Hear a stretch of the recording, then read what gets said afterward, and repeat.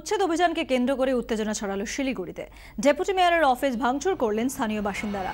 আজ সকালে শিলিগুড়ি পুরসভার 1 নম্বর ওয়ার্ডের রাজেন্দ্রনগরের মহানন্দা নদীর ধারে বস্তি উচ্ছেদ করেন পুরকর্মীরা। বিনা নোটিশে 8-10টি বাড়ি ভেঙে দেওয়া হয় বলে এলাকাবাসীর অভিযোগ। তারা বলছেন পুরসভার 3 নম্বর ওয়ার্ডের উচ্ছেদের নোটিশ দেওয়া হয়েছিল, কিন্তু ডেপুটি মেয়র রামভজন মাহাতো ওই ওয়ার্ডের বদলে 1 নম্বর ওয়ার্ডে উচ্ছেদ অভিযান চালান। প্রতিবাদে ডেপুটি মেয়রের ওয়ার্ড ऑफिस भांगचूर चले। गरीब आदमी हम ढलाई नहीं करते हैं, मेरा कोई नहीं 1 रुपया देने वाला। सर हम कोথায় থাকবো বলেন তো, আমার বাড়ি নাই। নোটিশ কিছু দিল না, আমার দিকে হাটাক করে আসলো আর ভাঙে দিয়েছে। তোরতে ছিল ওইদিকে, এদিকে ভেজতে তোরছে, সব ক্ষতি করেছে। যে সামানগুলা সব বাড়িতে ছিল আর তোড়ে দিয়েছে।